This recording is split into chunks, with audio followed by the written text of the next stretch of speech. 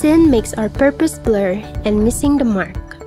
Sin brings damages in our lives and confusion for our future. Repent. Turn back to God. Our God is a God of second chances.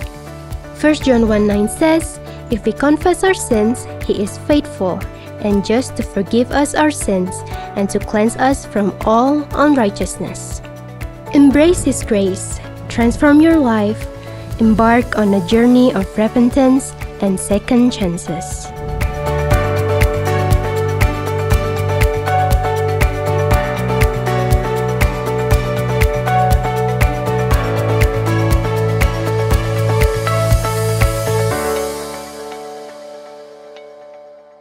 Shalom semuanya.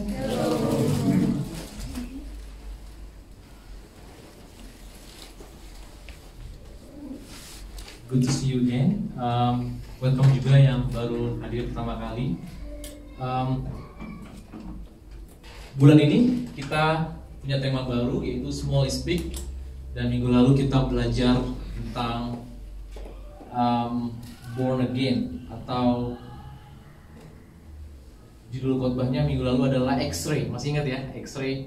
Kita benar-benar melakukan simulasi apakah yang akan terjadi saat kita nanti di hari penghakiman. Terlepas dari saudara saya percaya atau nggak ada hari penghakiman, but if God judge us based on the Ten Commandments, apakah kita innocent or guilty? Dan minggu lalu kita menemukan bahwa setiap daripada kita adalah guilty, ya, dan kita butuh seseorang yang membayar our fine. Dan ini rangkumannya. Minggu lalu kita belajar bahwa how to get saved. Ada dua langkah. Yang pertama adalah repent. Repent adalah mengaku kesalahan kita. Kita mengakui bahwa jalan yang kita ambil itu pasti akan berujung kepada maut atau binasa. Karena kalau orang belum tahu bahwa ujung jalannya adalah kebinasaan, percuma kita kasih obat. Ya. Percuma kita kasih obat kalau misalnya orang tuh nggak tahu ternyata pas lagi di X-ray dia punya penyakit cancer. Dan minggu lalu kita jalani beberapa X-ray atau examination, dan kita semua mengakui bahwa kita bersalah. Ya. Dan trust in Jesus, ini yang rangkuman ya. Trust in Jesus itu sama seperti kita jatuh dari pesawat, ya. Dan kemudian kalau kita depend on ourselves terhadap performance kita, itu sama seperti kalau kita jatuh, kita ngepakin tangan kita sendiri. It never works. Kita butuh yang namanya a savior atau penyelamat. Kita harus coba berani mentransfer our faith from ourselves to the parachute, ya, ke parachute sendiri. Dan apa yang terjadi, saudara tinggal hanya percaya saja pada parachute. Dan menarik juga kalau saudara baca tentang perumpamaan domba yang hilang, itu kan tentang pertobatan, benar ya? Pas lagi gembalanya dapetin dombanya itu ngapain? Cuma beristirahat aja, rest on the shoulder. Gak berusaha, domba itu jangan pernah berusaha untuk panik dan sebagainya. Just trust, sama seperti trust in Jesus. Dan berikutnya, kenapa sih kita harus born again? Karena banyak isu yang kita alami, ya, di sekitar kita. Banyak orang bingung dengan identitas mereka. Apakah saya perempuan atau apakah saya laki-laki? Dan kemudian banyak orang meminjam identitas kepada Louis Vuitton, kepada Charles & Keith, kepada Calvin, ya kan? Dengan memakai baju itu, meminjam itu, mereka pede, ya, mereka pede bahwa aku ada nilainya. Nah, semua isu itu bisa di fix dengan born again, ya, karena kita nggak mungkin bisa melihat kerajaan Allah, apa yang mau Yesus katakan kalau kita nggak born again. Karena bahasanya beda. Ada terminologis yang kita nggak mengerti, dan kita bisa mengertinya kalau kita bisa mengambil putusan tersebut. Dan minggu lalu kita membahas tentang dua langkah itu kita harus mengakui bahwa kita bersalah di hadapan Tuhan, dan di hari penghakiman nanti, ya sama seperti di penghakiman di dunia ini, saudara diperhadapkan dengan hakim, dan Tuhan Yesus nanti datang sebagai hakim yang perfect, yang sempurna. Saudara mengaku kesalahan itu gak menolong saudara di court, di pengadilan gak menolong saudara. Justru hakim yang ngomong, yes, kamu bersalah. Waktu saudara juga di pengadilan, saudara ngomong, saya bersalah dan saya gak mau akan mengulangi itu lagi. Saya kan, kita gak lagi ngomongin tentang perbuatan baik kamu. Ataupun ada orang datang, but judge, hakim, tapi saya udah berbuat baik, saya udah berbuat amal sebagainya. Di pengadilan itu hakim nggak berbicara tentang perbuatan baik saudara. Yang dibicarakan adalah your crime. Ya. Jesus replied, "Verily I tell you, no one can see the kingdom of God unless they are born again."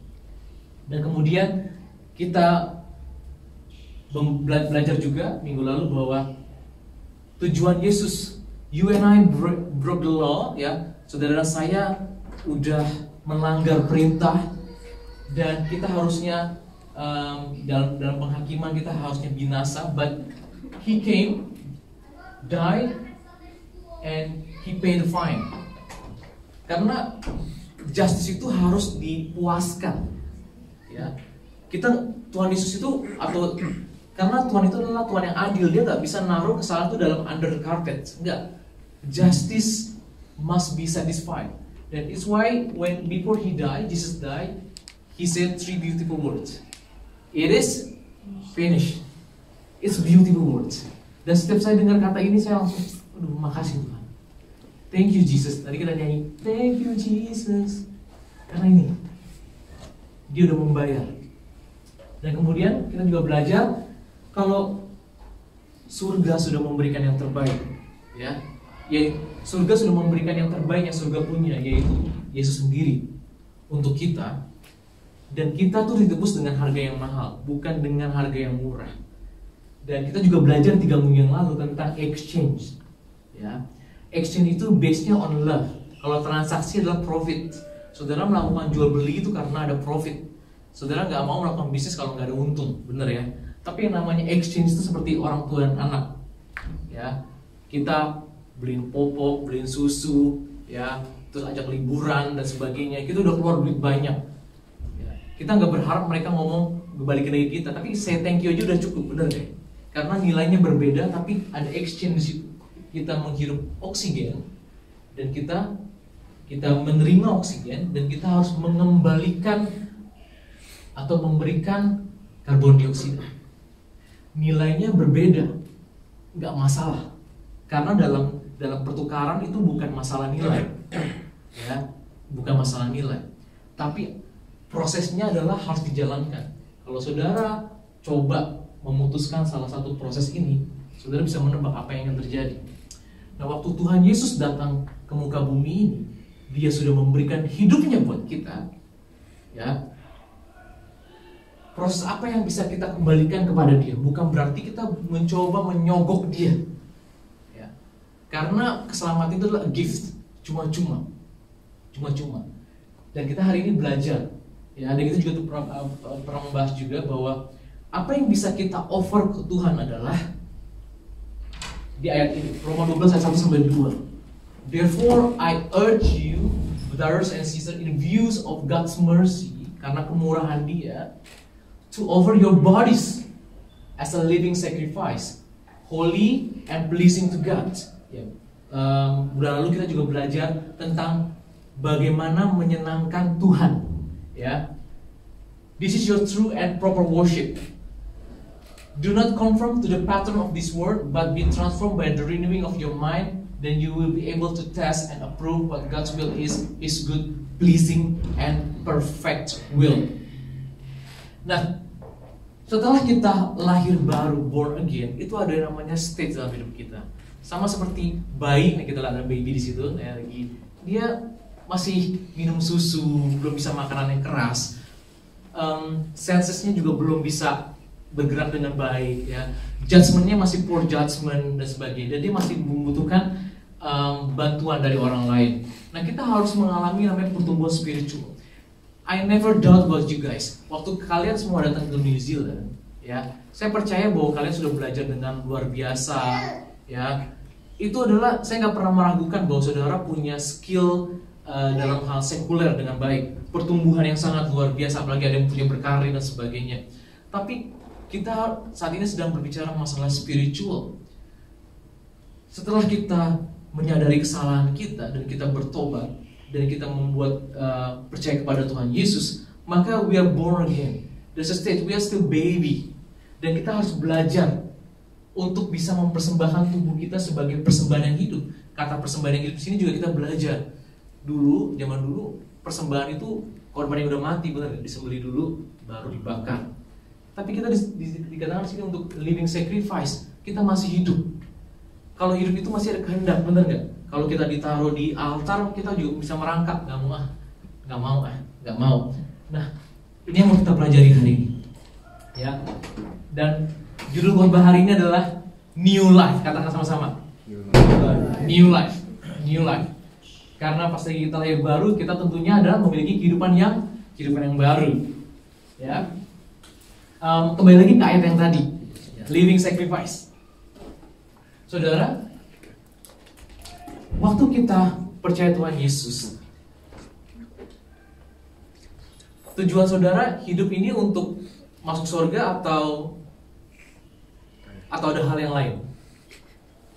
Ya? Karena saudara ada yang nonton ini nggak? Daniel, tetangga kita baru-baru ini, nggak pernah ya? Dia lagi wawancara orang Iran, saya lupa namanya.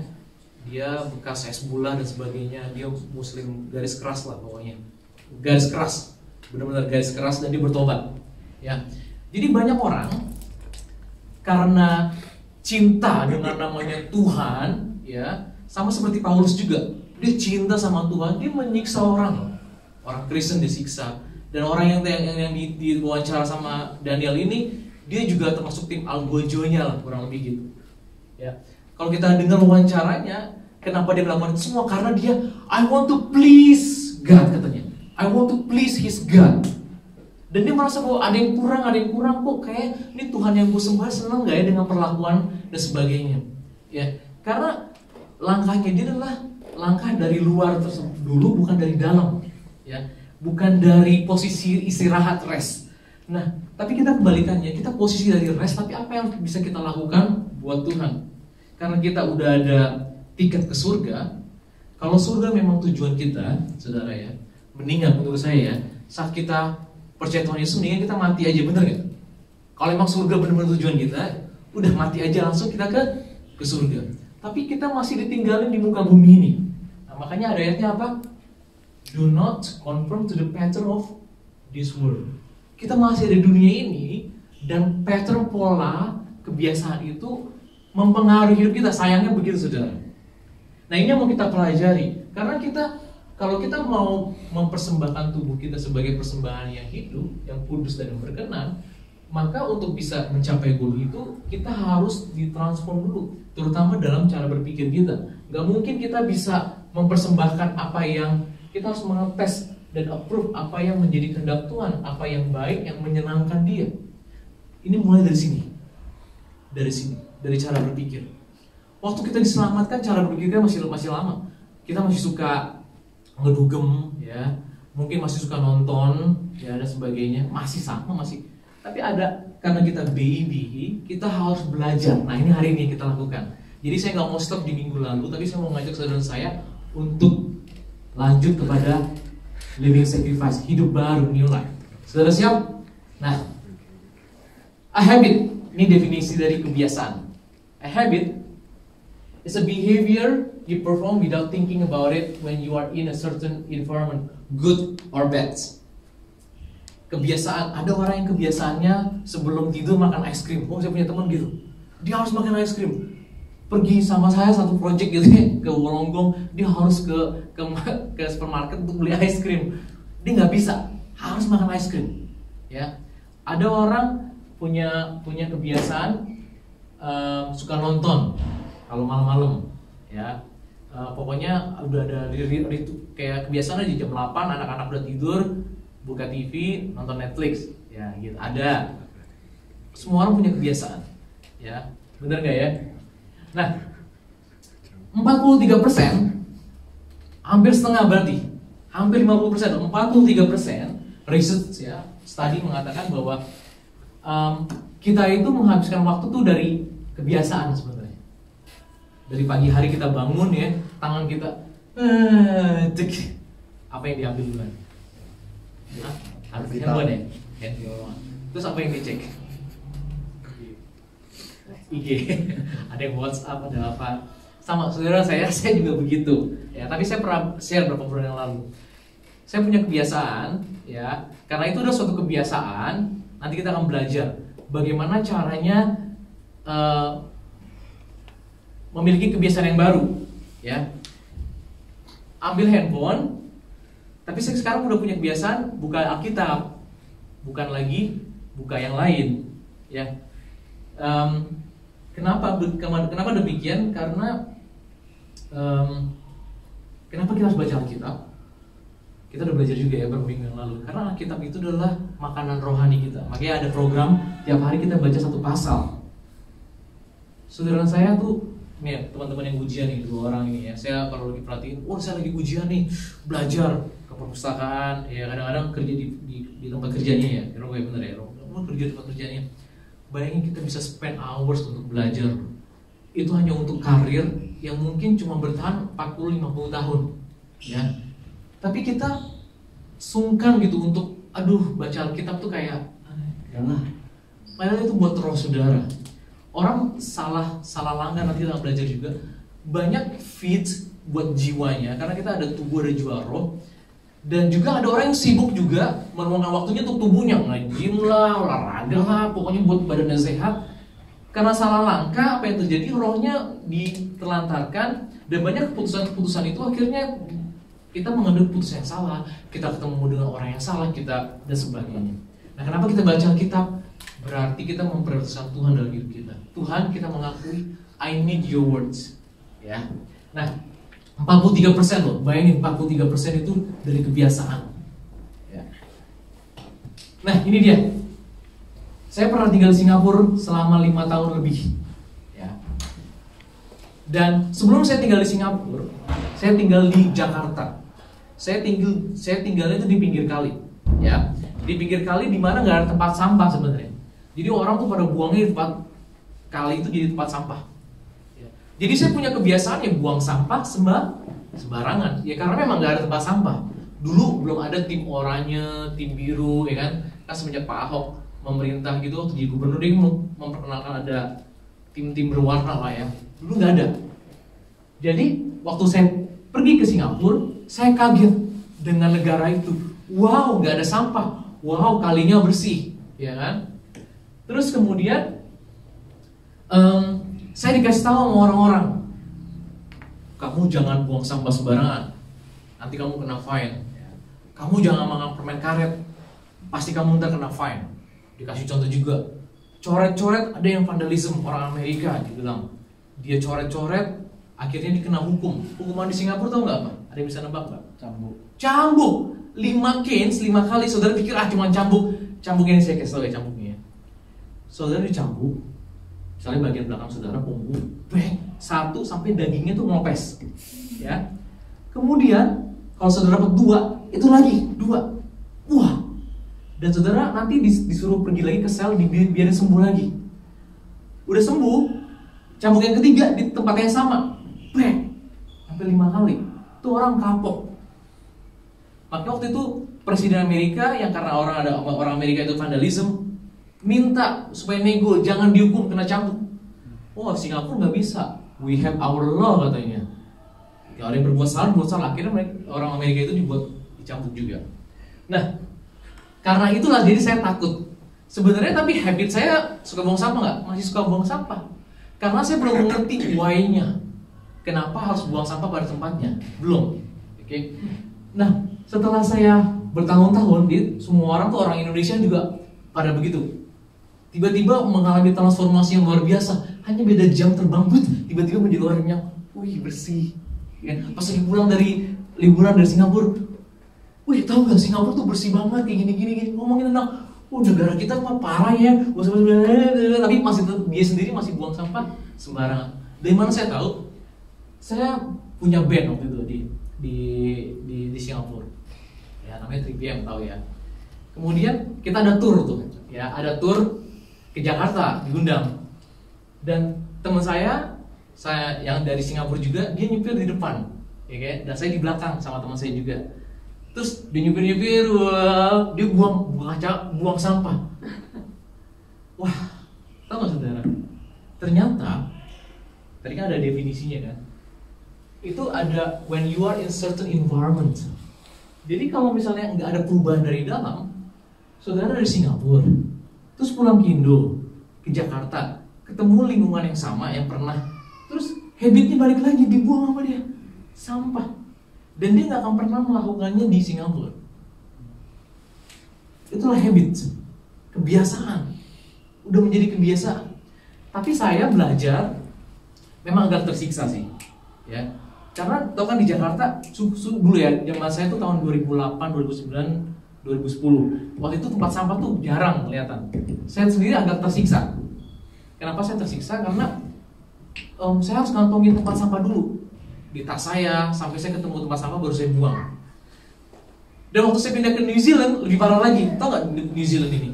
Kalau sekolah negeri, ya public school, itu gak ada tempat sampah. Jadi anaknya itu kalau makan, ya dia harus bawa sampahnya lagi di kotak makan. Dan saya baru menyadari, wah berarti ini nggak separah. Maksud saya ternyata New Zealand lebih strict lagi, lebih keren lagi. Nah akhirnya saya punya kebiasaan, ya udah ngantongin sampah di kantong tuh nggak jadi masalah. Ya sampai saya menemukan tempat sampah baru saya buang. Kemudian ini ada statementnya. Saudara percaya atau enggak ya? We are born with no habit. Kita lahir tuh nggak dengan habit ya. Tadi ada baby, dia belum ada habit ya. Apa nama bayinya tadi? Dylan tuh kayak gitu ya, yang film Dylan sama 99 ya. Kamu nanya, kamu bertanya-tanya. Itu bukan cerita ya. Maaf ya, saya mungkin generasi yang berbeda, jadi saya nggak ikut. Sekarang itu saya bingung ya, ada lagi namanya gaya baju jamet. Pernah dengar nggak jamet di TikTok? Katanya apa tuh jamet, Jawa metal, jadi harus ada belangkon dan sebagainya. Oh, maklum lah, saya tuh udah generasi yang jauh gitu, jadi nggak ngikutin. Nah, kita tuh born with no habit, dan we make habit, dan akhirnya habit make us. Waktu masih kecil, ya kita nggak ada habit. Kemudian kita jadi tumbuh, toddlers, SMP, udah mulai tuh, udah ada. Tadinya anak itu nggak suka ngerokok sebenarnya. Kemudian ketemu sama satu kelompok, kena pressure, tau ya peer pressure, lo nggak temen lo, wah lo nggak. Dan kemudian anak saya Jonathan aja, dia baru umur berapa ya? Dia tuh baru year 5 tuh di sekolahnya kelas 5. Dia punya statement begini, sampai ngomong, I have to be fit in that environment. Dia berusaha untuk fit the needs, gitu. Wih, 5 udah begitu, maksudnya year 5. Kalau saya waktu masih saya SD saya belum terlalu begitu. SMP iya, ya ada pressure kan, ada geng-geng, wah gue pengen masuk ke geng itu, makanya ada requirement harus ngerokok. Dia sebenarnya nggak suka ngerokok. Nah inilah jadinya we make a new habit, dan secara nggak sadar setelah kita ngerokok, kita berujung di rumah sakit. Habit itu suka nggak saudara ya? Suka nggak suka, hati-hati dengan kebiasaan, karena kebiasaan dapat mengantar kita ke tempat yang tidak kita inginkan. Bisa mengantar kita ke penjara karena habit itu, bisa mengantar kita ke rumah sakit, bisa mengantar kita juga ke pengadilan, bisa mengantar kita juga ke kantor polisi hanya gara-gara habit, ya. Dan saudara sekarang yang tinggal di New Zealand, saudara tuh nggak diawasin orang tua kan, benar nggak? Ya, anak-anak muda di sini, ya. Saudara, usul saya, ini advice saja. Make a new habit, ya, yang membuat saudara itu jauh dari tempat yang saudara nggak inginkan. Karena saya lihat sendiri banyak orang di sini, anak-anak yang kuliah, yang tadinya nggak kenal, ini nggak ada anak-anak yang nggak kenal dengan prostitusi, jadi kenal prostitusi gara-gara di New Zealand. Bayangin, di kuliah itu udah berusaha nyewa dan karena jauh dari orang tua. Ya, yang nggak kenal dugem jadi kenal dugem, ya kan? Tapi ujungnya jadinya kemana? Saudara tarik garis lurus habit saudara, saudara bisa predik kemana kalau saudara teruskan. Ya, we born with no habit, we make habit, and finally habits make us. Hati-hati, kecil sih. Dan tahu nggak ini kecelakaan? Kalau saudara selidiki kecelakaan di New Zealand itu akibat, nah ini kasih tips juga, kasih info ke saudara-saudara semua yang nanti mau datang ke New Zealand. Make sure ajarin mereka kalau mau nyupir, kenali tanda ini nih, roundabout dan giveaway, ya. Karena banyak kecelakaan terjadi di New Zealand karena mereka fail, nggak tahu. Walaupun dibilang, gue jago nyupir di Jakarta, jago. Nah, percayalah, banyak kecelakaan yang mematikan. Bahkan baru-baru ini ada orang Indo di Palmi yang Kak Henry cerita. Itu dia dari Jakarta. Tahu kan di Jakarta biasanya nyupir gimana? Saudara kalau mau masuk ke mainstream, ya, dari gang, saudara kan harus majuin dulu hidungnya nggak? Hidung mobilnya, ya kan? Karena kalau enggak, kalau saudara nggak akan pernah dapat, nggak pernah bisa masuk, nggak pernah. Harus hidungnya dulu, baru bisa masuk, ya kan? Yang lain harus ngerem lah. Nah, itu kebiasaan yang terjadi di Jakarta. Nah, kalau orang nggak tahu ini, ya, kebiasaan itu dibawa. Nah, baru-baru ini ada orang Indo juga, karena dia nyelonong, ketabrak, sampai otaknya itu, kepalanya harus dibuka karena pendarahan. Ya, pendarahan itu dibuka. Dan supirnya itu kan dipanggil pengadilan. Dan dia berpikir bahwa truk itu yang salah karena nabrak. Dia kaget, ternyata hakim memutuskan kamu yang bersalah. Ya karena ini, karena nggak ada, karena dia memiliki kebiasaan yang ada di Jakarta dan digunakan di sini. Maka aku bilang, your habits itu bisa ngantarin saudara ke tempat yang saudara nggak inginkan. Salah satunya adalah ke rumah sakit, hanya gara-gara habit ini. Ya. Kemudian our habits itu bisa affect our spirit, soul, and body. Ya. Dan saya berharap saudara menaruh prioritas make a new habits yang menguntungkan spirit saudara. Karena kalau spirit saudara sehat, maka akan membantu jiwa saudara. Dan kemudian jiwa saudara akan membantu tubuh saudara. Banyak orang pun salah muter balik, bodinya dulu atau jiwanya dulu. Itu nggak akan pernah terpuaskan. Saudara kalau suka nonton konser dan sebagainya, satu konser masih kurang karena jiwa saudara yang dipuaskan. Mau lagi. Orang yang suka dugem juga begitu, mau lagi. Saya waktu SMA kelas 1 SMA loh, saya ngeliat teman-teman saya tuh udah ngobat nyuntik tuh. Jadi depan saya tuh udah suntik yang darah itu di mata saya, depan mata saya langsung gitu. Dan dari dosis yang kecil gak puas, kayak karena high dan sebagainya, akhirnya lama-lama sampai tepar juga di jalanan. Saya ngeliat perilakunya kok begini ya, kayak bukan dirinya. Sampai dia meraung-raung di lantai, ambil tuh motor gua, biar gua jual, karena dia udah dikendalikan yang sama namanya istilah dulu ya, gua nggak tahu istilah sekarang, namanya sakau. Itu kayak aduh nggak bisa, dia mau jual motornya, tolong anterin saya dong ke situ dong, tolong anterin. Nggak ada yang mau nganterin. Ya, akhirnya dia di drop out. Banyak orang drop out, teman-teman saya banyak di drop out hanya gara-gara kebiasaan itu, pressure, dan berusaha untuk menyenangkan jiwanya.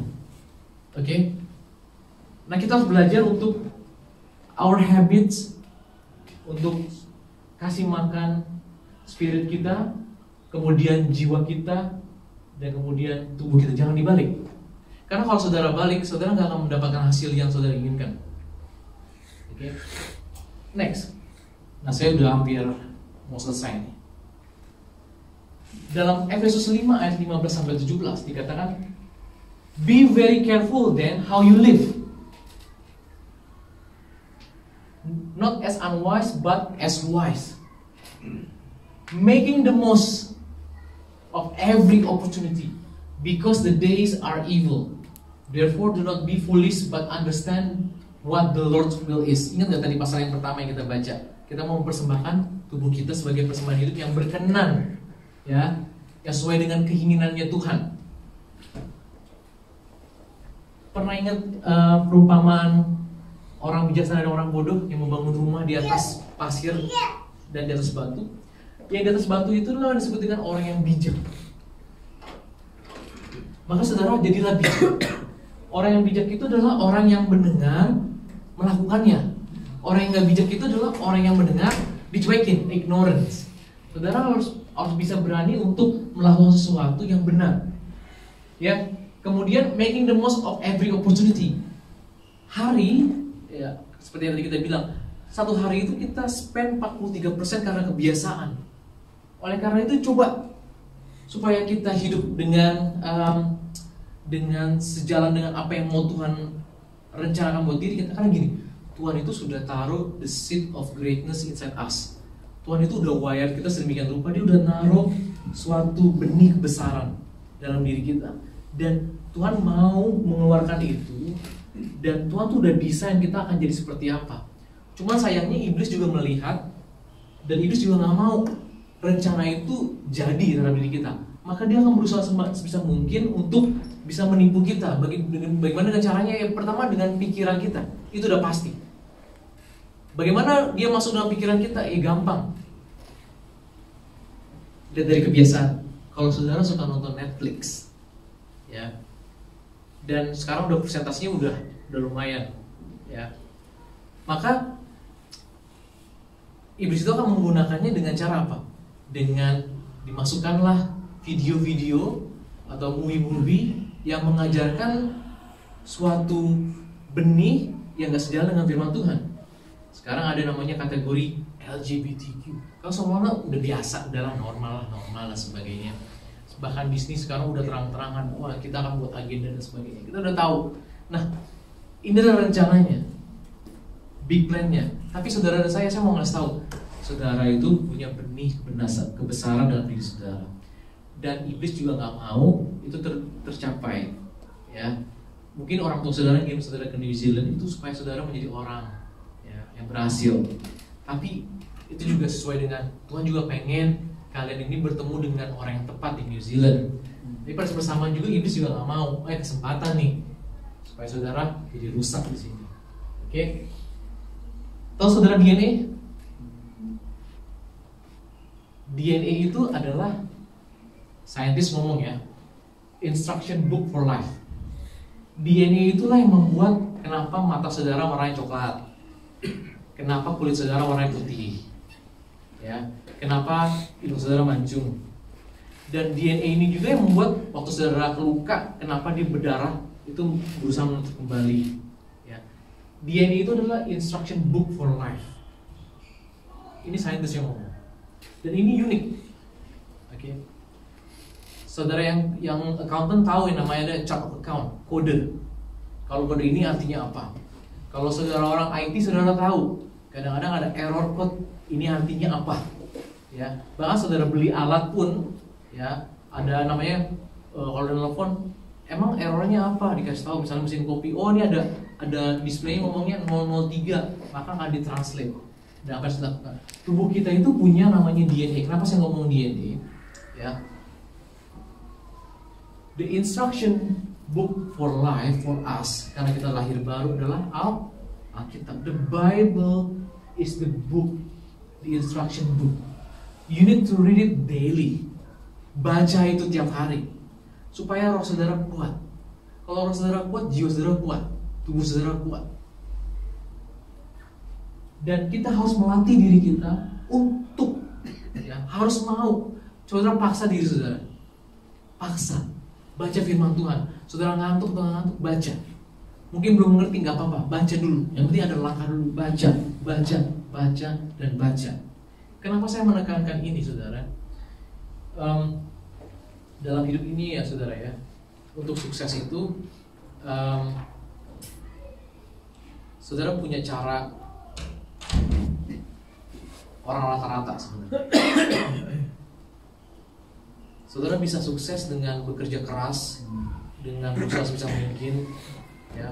Dan saudara bisa mendapatkan kekayaan, mendapatkan harta, mendapatkan tahta, ya.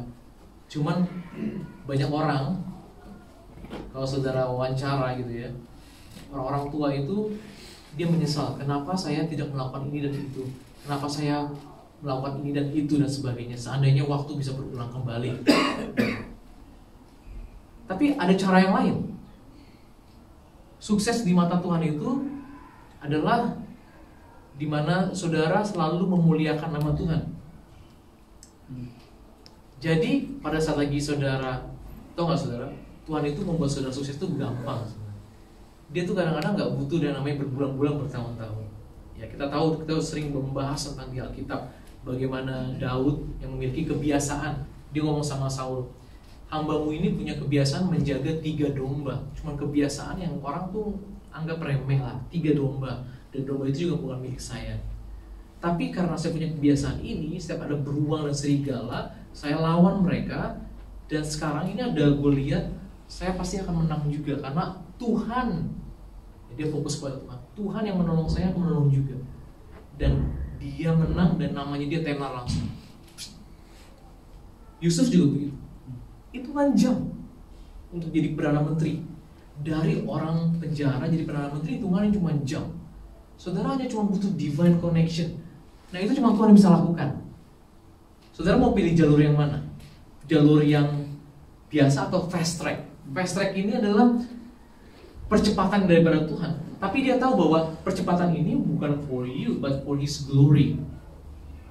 Dan di sini ujungnya selalu masa depan yang penuh cemerlang dan damai sejahtera. Di sini belum tentu. Saudara mungkin end up di pengadilan, mungkin anak-anak saudara pada ujungnya ribut gara-gara harta yang saudara tinggalin, gitu ya, saling caci maki atau mungkin saling membunuh dan sebagainya. Saya pernah lihat di Semarang, saya pernah cerita, ada suatu pabrik gede kebakaran. Terus saya tanya sama orang situ, ini kenapa pabrik segede ini dibakar? Oh iya, 2 anaknya rebutan, jadi ada satu yang ngebakar. Bayangin, kekayaan, udah punya sukses dan sebagainya, tapi ujung-ujungnya malah membawa kecelakaan buat anak-anaknya. Ya, jadi saudara dan saya, please read your book, your Bible. Read your Bible.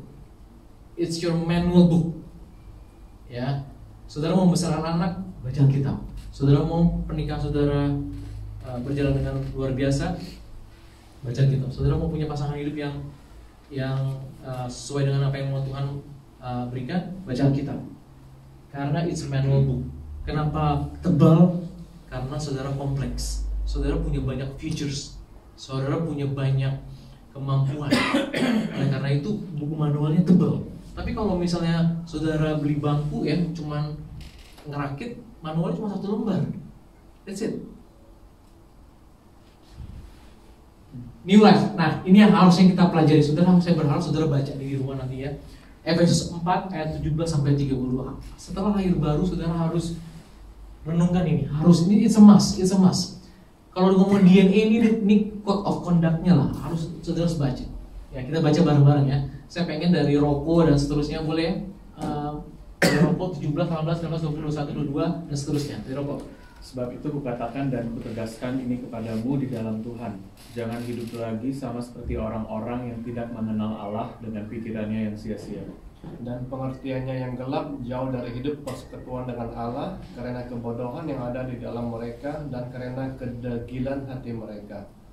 Perasaan mereka telah tumpul sehingga mereka menyerahkan diri kepada hawa nafsu dan mengerjakan dengan serakah segala macam kecemaran. Tetapi kami bukan demikian, kamu telah belajar mengenal Kristus.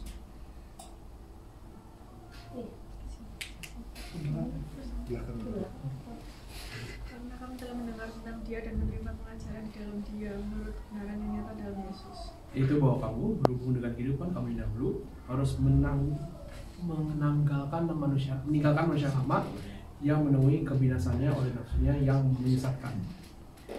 Supaya kamu dibaharui dalam roh dan pikiran. Dan mengenai manusia baru yang telah diciptakan menurut kehendak Allah dalam kebenaran. dan kekudusan yang sesungguhnya. Karena itu buanglah dusta dan berkatalah benar seorang kepada yang lain, karena kita adalah sesama anggota. Apabila kamu menjadi marah, janganlah kamu berbuat dosa, janganlah matahari terbenam sebelum pada malam. Dan janganlah beri kesempatan kepada iblis. Orang yang mencuri, janganlah ia mencuri lagi, tetapi baiklah ia bekerja keras dan melakukan pekerjaannya yang baik dengan tangannya sendiri, supaya ia dapat membagikan sesuatu kepada orang yang berkekurangan. Janganlah ada perkataan kotor keluar dari mulutmu, tapi pakailah perkataan yang baik untuk membangun di mana perlu, supaya mereka yang mendengarnya beroleh kasih karunia. Dan janganlah kamu mendukakan Roh Kudus Allah yang telah memekaikan kamu menjelang hari penyelamatan. Segala kepahitan, kegeraman, kemarahan, pertikaian, dan fitnah hendaklah dibuang dari antara kamu, demikian pula segala kejahatan. Tetapi hendaklah kamu ramah seorang terhadap yang lain, penuh kasih mesra dan saling mengampuni, sebagaimana Allah dalam Kristus telah mengampuni kamu. Ya. Jadi kalau kita lihat di sini patternnya, tadinya kita nggak mengenal Allah, dengan pikiran kita yang sia-sia, dengan pengertian kita yang gelap, jauh dari persekutuan dengan Allah karena kebodohan dan sebagainya. Perasaan kita telah tumpul sehingga kita menyerahkan diri kepada hawa nafsu dan mengerjakan dengan serakah segala macam. Nah, kita setelah lahir baru, tetapi kamu bukan demikian. Kamu telah belajar mengenal Kristus. Kamu telah mendengar tentang Dia dan menerima pengajaran. Dan kemudian, nah ini yang penting, yaitu bahwa kamu berhubung dengan kehidupan kamu yang dahulu. Kamu harus menanggalkan manusia yang lama. Menanggalkan itu sama seperti pakaian. Ya, saudara, jangan coba melakukan behavior modification dengan cara gini. Baju saudara udah usang, saudara tumble sini, tumble sini, tumble. Tuhan nggak mau dengan cara begitu. Yang Tuhan mau adalah kamu benar-benar menanggalkan, benar-benar tanggalin dan pakai, kenakan yang baru. Karena yang lama ini itu udah pasti akan binasa. Saudara nggak bisa pakai. Ya. Bagaimana caranya menanggalkan? Ya, nanti ayatnya akan menjelaskan lebih rinci. Karena yang paling penting adalah supaya kamu tuh dibaharui dalam roh dan pikiran. Pikiran kita terus diperbaharui, the way we think, renewing, ya. Dan mengenakan manusia baru. Setelah ditanggalkan, kenakan manusia yang baru, yang telah diciptakan menurut kehendak Allah dalam kebenaran dan kekudusan yang sesungguhnya. Oleh karena itu, kita harus membuang dusta. Ini sebenarnya saya suka bahasa Inggrisnya falsehood. Falsehood itu seperti saudara itu munafik atau hipokrit gitu, bisa pakai kedok, ya. Drama itu nggak drama. Kalau saudara punya iPhone, kata drama itu ada topeng, 2 topeng. Kalau saudara punya Android, kalau ketik teater, ikonnya adalah itu 2 topeng itu. Saudara bisa pakai, wah, tergantung kebutuhan. Di komunitas ini saudara bisa begini, di komunitas ini saudara bisa begitu, ya. Buanglah itu semua dan berkatalah benar seorang pada yang lain, karena kita adalah sama anggota. Kalau kamu jadi marah, jangan lagi tuh nggak ada expirednya. Tuhan ngasih tahu kalau marah jangan sampai matahari terbenam, karena kalau kamu sampai matahari terbenam itu kamu akan memberikan kesempatan kepada iblis untuk bisa ngasih benih-benih lagi, dan dari situ bisa jadi membunuh kayak Kain dan Habel. Kalau kita nggak bisa let go dan berhenti marah, maka ada banyak hal. Udahlah, gue ceraiin aja deh. Udahlah, apalah dan sebagainya. Nah, karena dibilang janganlah beri kesempatan pada iblis. Nah ini dia nih, saudara kalau punya kebiasaan yang lama, saudara nggak bisa langsung berhenti gitu aja. Caranya adalah untuk meninggalkan kebiasaan lama, saudara harus mendapatkan kebiasaan yang baru. Udah, itu rumusnya. Kalau saudara pengen gak punya kebiasaan lama, ya, saudara nggak bisa bilang aku mau menghilang, nggak bisa, nggak mungkin. Karena kita tuh manusia, kita tuh makhluk yang melakukan segala sesuatu dengan kebiasaan, ya. Oleh karena itu kita harus berusaha mencari kebiasaan yang baru. Seperti saya bilang tadi, saya dulu ngambil handphone, ngecek IG, ya udah. Sekarang mungkin saya nggak bisa, handphone itu udah menjadi suatu kebiasaan, ya udah. Saya ambil handphone, tapi sekarang saya buka Alkitab. Setelah buka Alkitab, saya berdoa, ya kan? Kalau orang yang mencuri, dan dia tadi biasanya mencuri, entah mencuri, klepto dan sebagainya, nggak tahu lah ya. Dibilang apa? Jangan hanya stop mencuri. Saudara, kalau misalnya cuma punya tadinya nggak mencuri, terus stop mencuri, sama seperti kata teman saya tadi, dia tadinya nggak mau buang sampah di Singapura. Biasanya buang sampah di Singapura itu dia nggak buang sampah karena cuma sekedar stop, karena dia nggak mengerti why-nya, dia nggak punya kebiasaan yang baru, ya. Apa yang terjadi adalah saat lagi kembali ke lingkungan yang lama, dia akan melakukan kebiasaan itu. Tapi yang firman Tuhan katakan adalah kalau tadinya kita kebiasaan mencuri, kita harus punya kebiasaan yang baru. Itu apa? Kita harus bekerja dan kemudian membagikan. Tadinya ngambil, jangan stop nggak ngambil, jangan. Tapi kita harus one step ahead, memberi. Nah, ini punya kebiasaan yang baru namanya memberi. Karena kalau sudah cuma sampai stop di sini, sooner or later, percayalah, saudara akan balik lagi ke sini. Pasti, nggak mungkin. Kemudian, jangan ada perkataan kotor keluar dari mulutmu. Sama tadi, suka swearing, suka latah ngomongin, wah, blasphemy dan sebagainya. Setelah saudara mengerti bahwa saudara punya kebiasaan yang buruk, makanya yang paling penting itu langkah yang pertama adalah harus mengakui kalau saudara punya kebiasaan yang buruk. Karena keterbukaan itu adalah awal dari pemulihan. Kalau saudara nggak mau terbuka, sama seperti luka. Kalau luka itu nggak dibuka, pasti boroknya semakin parah. Ya, kalau saudara terbuka bahwa oh ya saya mengakui bahwa ini adalah kebiasaan yang salah, akui itu dan jangan hanya stop untuk berhenti. Makanya dibilang kalau tadinya keluar perkataan kotor keluar, yang berikutnya adalah saudara menggunakan perkataan yang baik untuk membangun. Tadinya menjatuhkan, sekarang bukannya stop menjatuhkan. Gue stop gosip sekarang, jangan. Tapi harus, hey, gunain mulut kita untuk apa kabar, tanyain, doain, ya, memiliki kebiasaan yang baru. Dan janganlah kamu dengan Roh Kudus Allah yang telah melayani kamu menjelang hari penyelamatan. Segala kepahitan, kegeraman, kemarahan, pertikaian dan fitnah hendaklah dibuang dari antara kamu. Demikian pula segala kejahatan. Ada juga yang memang nggak bisa digantikan, ya. Saudara nggak bisa memiliki kebiasaan baru, tapi solusinya harus dibuang. Sama seperti barang-barang, nggak saudara? Barang-barang saudara yang masuk ke rumah saudara itu nggak akan pernah meninggalkan rumah kalau nggak dibuang. Dibuang itu artinya apa sih? Ya dibuang. Saudara nggak akan tahu lagi kemana tujuannya barang itu. Saudara pergi ke kota nih dikasih flyer, nih nggak? Saudara tuh liburan kemana dikasih flyer. Saudara ambil semua koran bawa. Saudara beli barang ada kardusnya semua masuk. Nah itu pasti akan stay dalam rumah saudara, kecuali saudara buang, ya kan? Begitu juga dengan tadinya saudara punya kepahitan, ya, kita punya kegeraman, kemarahan, pertikaian dan fitnah. Solusi cuma buang. Buang itu artinya nggak diingat lagi.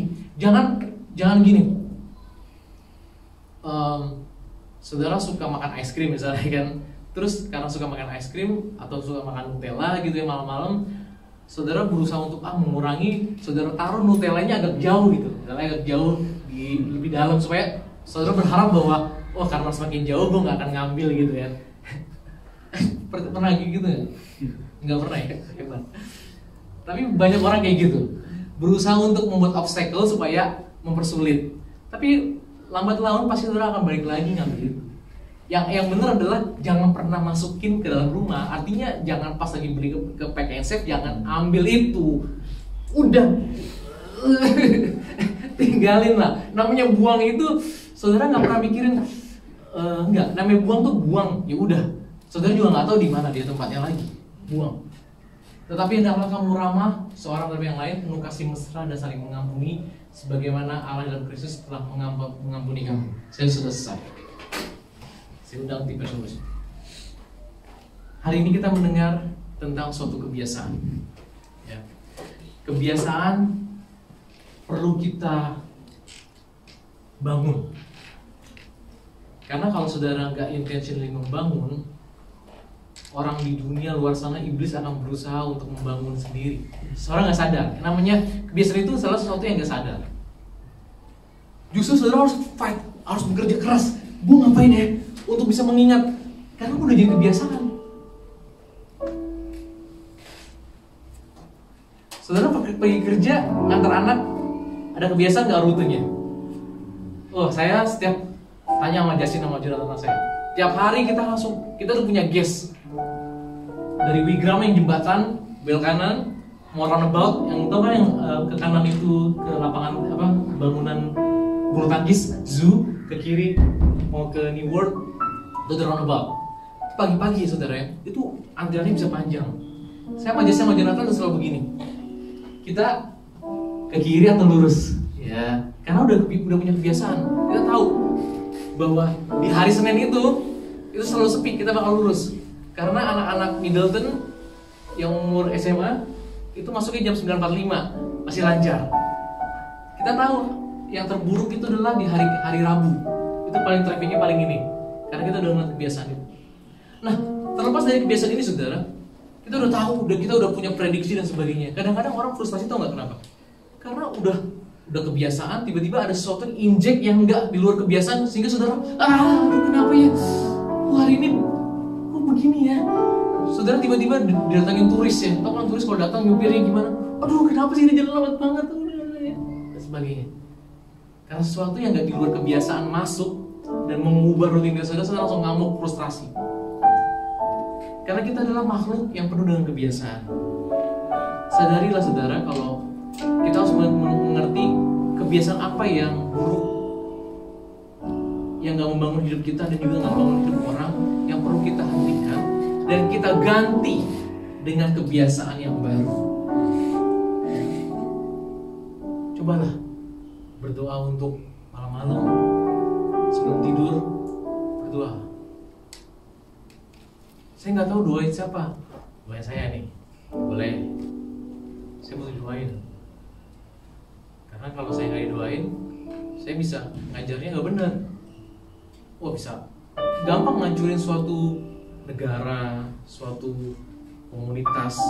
Attack aja satu orang ini, hancur pasti nggak mungkin. Bisa apa lagi yang saudara perlu bangun? Baca Alkitab. Kalau saudara punya anak, ajarin mereka. Kalau tadi saudara suka ngambil barang gitu ya, saya juga pernah cerita nih. Semoga membantu menolong anak muda dan juga yang tua. Saya harus share lagi. Saya punya kebiasaan sekarang kalau nonton Netflix itu, terutama untuk anak saya juga, saya harus screening. Kalau saudara lihat umur 13, dibilang ratingnya 13, percayalah, dalamnya itu enggak. Beneran. Saya sebelum ngasih anak saya nonton, saya harus screening dulu. Baru saya kasih. Dan kadang-kadang ada movie yang saya suka. Tahu kan saudara, movie itu kadang-kadang ada adegan seksualnya gitu. Maka saya harus punya kebiasaan yang baru saya adalah, karena saya nggak nonton di bioskop, saya ada sesuatu yang di tangan saya, remote control yang bisa saya kendalikan. Jadi pas lagi udah ada agenda itu, saya pasti langsung move forward, saya cepetin. Nah, saya sampai ke titik yang udah saya mau lanjutin, baru saya nonton lagi.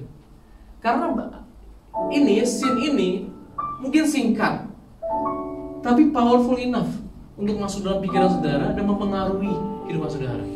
Nah itu kebiasaan-kebiasaan itulah yang perlu saudara coba cari dan saudara bisa memiliki kebiasaan yang baru.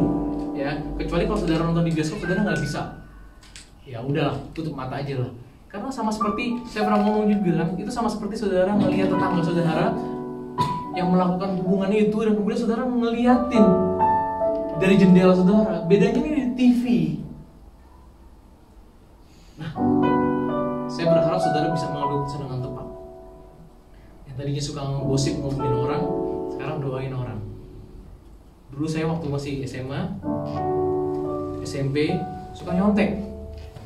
Ya, tapi udah memiliki kebiasaan yang baru, belajar. Milikilah kebiasaan yang baru. Ya, supaya kebiasaan yang lama bisa kita tinggalkan. Amin saudara, saudara mau? Karena kita adalah manusia yang baru, kita harus melakukan pertukaran dengan Tuhan. Kita balas kebaikan Dia. Dia udah mati buat kita. Apa yang bisa kita balas buat Dia? Selain kita offer our bodies sebagai persembahan yang hidup. Amin.